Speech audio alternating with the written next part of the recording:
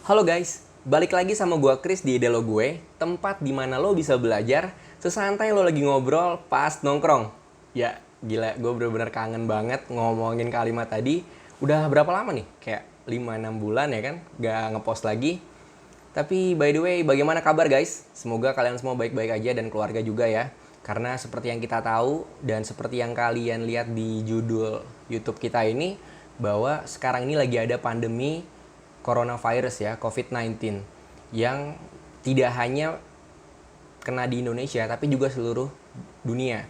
Dan data per tanggal 20 April 2020 menunjukkan bahwa sekarang positifnya itu ada 6760 ya, kalau nggak salah ya. Dan juga kita nggak tahu data itu valid atau enggak.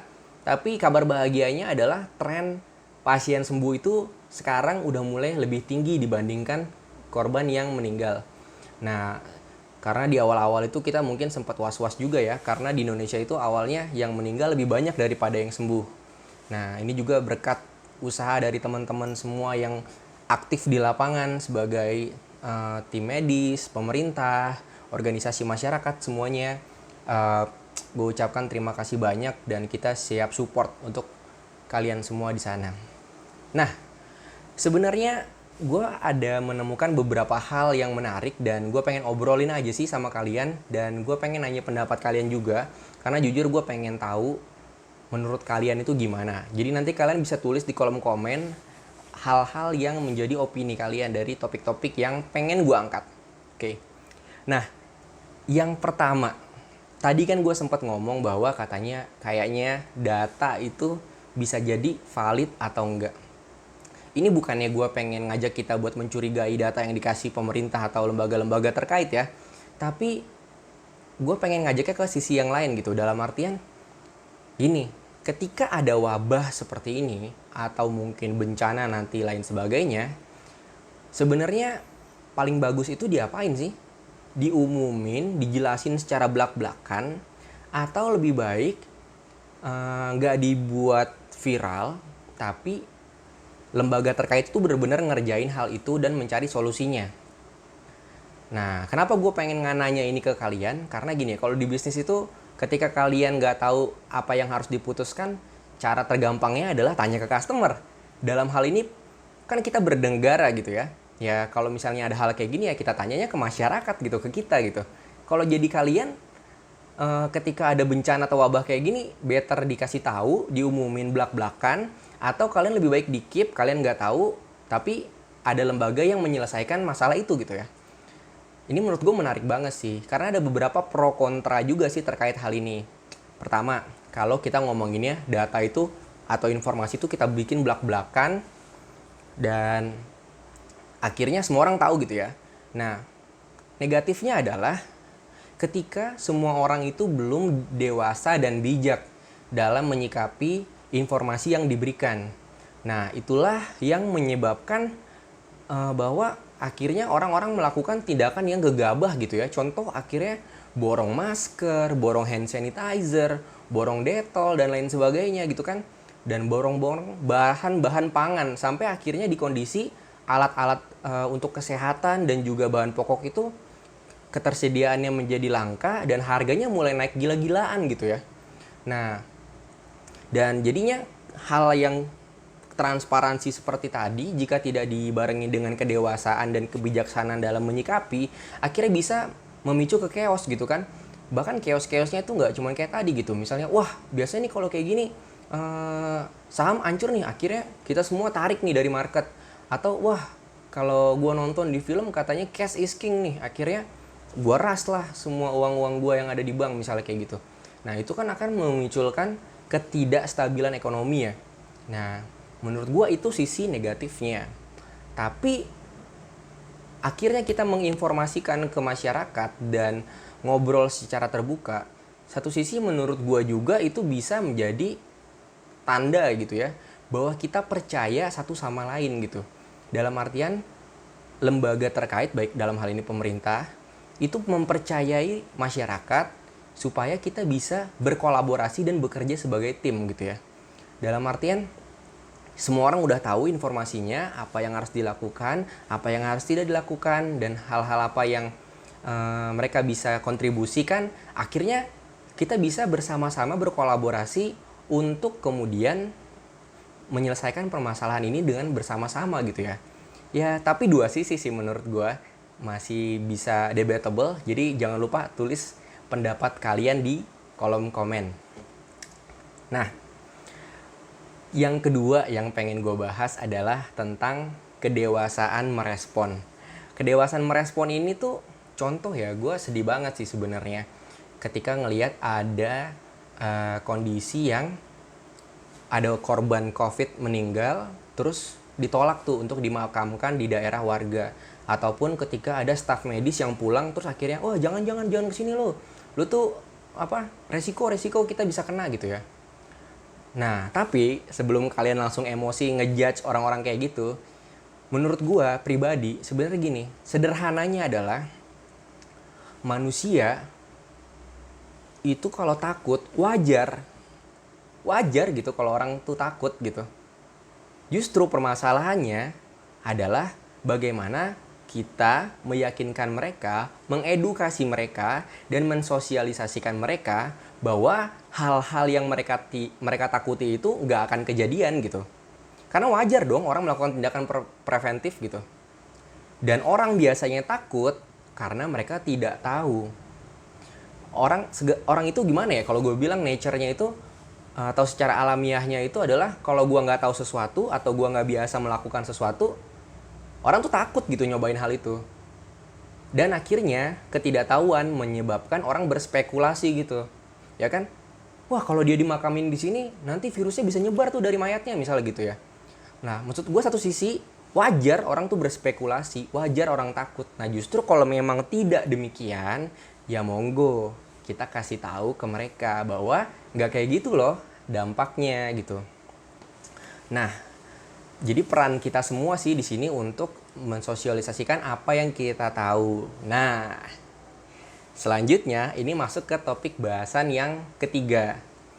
Nah, kita kan tahu ya kalau sekarang itu banyak banget informasi itu cepet banget gitu ya, bisa kesebar kemana-mana gitu ya. Bahkan kalau gue baca tuh lawakan di mana gitu, kayak orang tua kita itu rata-rata udah jadi profesor profesor universitas grup WhatsApp gitu. Dan ya nggak salah gitu kan, informasi bang gitu kan, semuanya masuk dan akhirnya disebar-sebarkan. Nah, tapi yang disayangkannya menurut gue adalah cara kita menyampaikannya guys. Bahwa kalau menurut gue gini, meskipun kadang niatnya kita baik, tapi kalau cara penyampaiannya itu nggak benar, maka bisa jadi orang itu nggak akan peduli dengan apa yang kita berusaha sampaikan gitu ya. Malah bisa jadi bikin kita sendiri sakit hati gitu. Padahal kita bilang niatnya baik gitu kan. Tapi mungkin kita bisa mengevaluasi cara kita untuk menyampaikan informasi tadi gitu ya. Karena kalau gue lihat sekarang ya, banyak itu sifatnya judgmental gitu, dalam artian menghakimi kan. Ada orang nongkrong-nongkrong banyak segala macem. Ya mohon maaf ya, gue bilang kayak, wah bego lu. Gak boleh tahu nongkrong-nongkrong, kita tuh sekarang harus physical distancing. Physical distancing tuh begini gitu kan. Kalian jelasin ke mereka. Tapi apakah langsung mereka akan mengiyakan? Yang ada bisa jadi orang tuh mikir kayak apaan sih lu, bacot banget gitu kan. Nah, jadi menurut gue selain kita menjadi benar, bagaimana kemudian memberikan kebenaran ini ke orang lain itu juga menjadi penting. Kalau gue ambil contoh ya, kayak kita orang merokok gitu ya. Udah kurang apa lagi merokok. Campaign-nya dari zaman dulu sampai sekarang ya kan. Terus foto-foto dampak negatif gitu kan. Udah dikasih tahu situ, lu kalau ngerokok ntar lu kanker dan lain sebagainya gitu. Orang tetap ngerokok kan. Karena menurut gua kalau kita menghimbau dengan sifatnya mengancam itu kurang efektif. Kenapa? Karena kalau mengancam itu bergantung kepada apakah orang tersebut merasa terancam ketika dia melakukannya gitu. Ketika dia merasa bahwa resiko itu masih bisa dia toleransi, akhirnya cara dengan mengancam kayak gini jadi nggak efektif guys, menurut gua ya. Dan secara pribadi, tingkatan tertinggi seseorang adalah bagaimana ketika kemudian dia dengan sadarnya dan kemauan dia pribadi untuk melakukan sesuatu, ketika dia sudah mempertimbangkan baik dan buruknya segala sesuatu itu sehingga dia melakukannya. Nah, jadi tingkat pemahaman atau kalau bahasa gaulnya ya self awareness gitu ya, atau ya kesadaran diri yang tinggi, itulah yang sebenarnya harus kita bangun gitu. Jangan cuma tahu tapi paham gitu, dan pahamnya itu bisa sampai kayak bener-bener dia refleksikan ke dirinya sendiri gitu. Menurut gua itu juga sih guys. Dan kalau kalian ada pemikiran hal-hal cara ngasih tahu yang gak bagus gitu kan, ngasih tahu yang gak oke, atau kalian punya contoh sukses, kalian ngingetin teman-teman kalian, keluarga kalian, lingkungan kalian buat misalnya hidup sehat atau makan makanan bergizi, cara cuci tangan yang benar gitu kan. Coba kalian bisa share di kolom komen ya. Kita berbagi kisah-kisah inspiratif kita semua. Nah, yang terakhir, nggak yang terakhir deh, masih ada 2 lagi. Nah, yang selanjutnya itu adalah kisah pasien disemangati sama tetangganya. Gue lupa, gue nggak inget itu gue lihat di mana. Kalau nggak salah di daerah Sulawesi atau Manado gitu ya. Jadi ada korban, bukan korban, ada suspek dari COVID-19. Dia dibawa sama ambulans. Terus sepanjang dia keluar dari rumahnya itu, mereka tuh menyemangati gitu tetangga-tetangganya kayak, ayo guys, kamu pasti bisa, semangat, kamu pasti sembuh, jangan menyerah gitu ya. Sumpah sih menurut gue itu hal yang penting banget, dan kayak semacam udah hilang gitu dari society kita, dimana kita itu langsung ya kan, ya insting manusia untuk bertahan hidup tuh kayak ya udah, wah ada corona ini, kita harus jaga-jaga, hati-hati. Bahkan mungkin tetangga kalian main ke rumah aja udah mulai dibatasin gitu kan, takutan, parno gitu. Tapi melupakan gitu, kita itu makhluk sosial yang hal-hal yang menyemangati seperti tadi menurut gua itu jadi penting gitu. Bukannya kita jadi menjauhi mereka gitu, korban-korban tadi atau suspek atau yang sedang dalam perawatan, tapi justru kita memberikan mereka dukungan moral, dukungan apapun itu yang mereka butuhkan, sehingga mereka itu punya keinginan bertahan hidup yang lebih tinggi lagi guys. Dan gue yakin ini gak hanya terkait pasien dan korban gitu ya, tapi semua yang lagi berjuang di luar sana. Dan gue sih keren banget ngelihat orang-orang zaman sekarang ya, banyak bikin acara, bikin event buat mereka berkolaborasi untuk bisa ngebantuin korban untuk galang dana, ataupun mereka bikin konten-konten untuk ngasih tahu hal-hal apa yang bisa diantisipasi, hal-hal apa yang harus dilakukan di keadaan kayak gini. Itu menurut gue udah keren banget sih guys, dan kita tinggal sebarkan semangat positif ini gitu ya. Dan kalau ada orang yang masih nganggep remeh, ada orang yang belum paham, ya kita sabar aja guys, kita jangan langsung males gitu ya. Ya gue juga sendiri jujur nggak terlalu gimana-gimana, jadi ini gue pas berusaha bikin konten kayak gini juga gue jadi bahan refleksi diri gue untuk kemudian bisa lebih lagi impact ke society ya, terutama dalam kondisi kayak gini gitu. Dan karena ini gue di Delo gue, terakhir kontennya itu impact ke bisnis sih. Nah, menurut gue coronavirus ini punya dampak yang luar biasa ke bisnis model dari bisnis-bisnis yang ada sekarang ini. Dimana kita lihat sendiri kan ada beberapa jenis usaha yang udah mulai terhambat, bahkan bisnis modelnya itu udah mulai kesulitan dapat revenue dan akhirnya bisa naikin utang terus. Udah mulai banyak jalur distribusi, jalur produksi, kemudian juga jenis-jenis produk yang dipakai customer, shifting atau pergeseran dari yang sifatnya konvensional ke digital.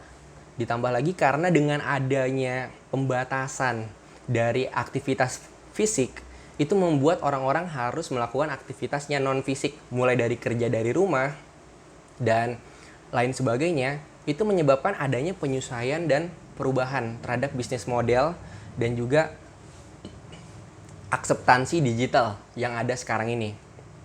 Jadi bisnis-bisnis tertentu dan pola bisnisnya seperti apa itu kemudian harus didefine lagi sekarang.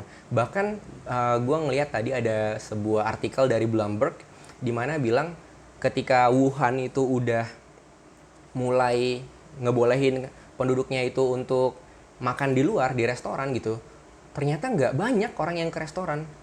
Karena ternyata mungkin bisa berimpact kepada perilaku nasabah gitu ya, perilaku customer behavior.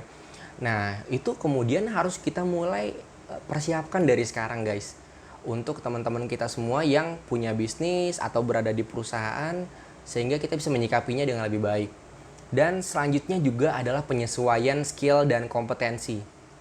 Nah, karena sekarang mulai banyak kerjanya itu work from home, yang berkaitan dengan digital, bahkan tanpa mengurangi rasa hormat terhadap pekerjaan-pekerjaan mulia yang biasa kita temui ya, yang membutuhkan kehadiran fisik, itu mulai banyak yang tergeser gitu.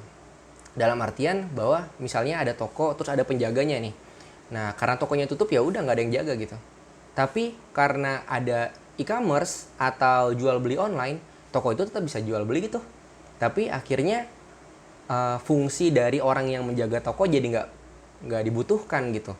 Nah, hal-hal semacam ini membuat kalau menurut gue sih kita harus mulai bisa memikirkan nih kira-kira skill dan kapabilitas apa yang harus kita punyai sehingga kita bisa tetap relevan dengan kondisi yang ada saat ini, dan bahkan bisa juga jadi ancang-ancar gitu ya.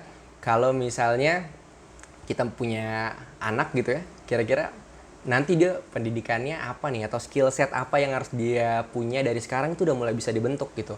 Karena menurut gua menuju ke arah digital itu suatu keniscayaan yang gak mungkin kita bisa elakkan gitu ya.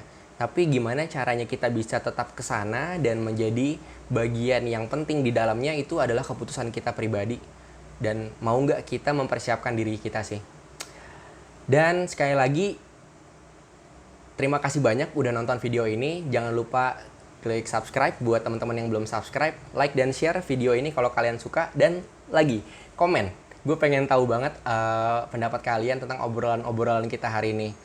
Dan selamat berjuang sekali lagi buat kalian semua yang ada di garda terdepan, baik dari sisi kesehatan, dokter, perawat, orang yang supplier alat-alat kesehatan, supplier obat, kalian semua yang bekerja di pangan, dan juga para lembaga pemerintahan, organisasi masyarakat, polisi dan lembaga keamanan, semua yang harus kerja di kondisi yang kayak gini untuk menafkahi keluarga. Kalian semua luar biasa, tetap jaga kesehatan, dan semoga pandemi ini segera berakhir sehingga kita bisa kembali menjalani hidup yang lebih baik. Karena gue yakin banget kalian udah gak sabar, mungkin ada yang pengen jalan-jalan atau punya aktivitas di luar, atau mungkin sekedar ngobrol sama relasi teman-teman dan sahabat-sahabat kalian. Itu aja dari gue guys. Ciao.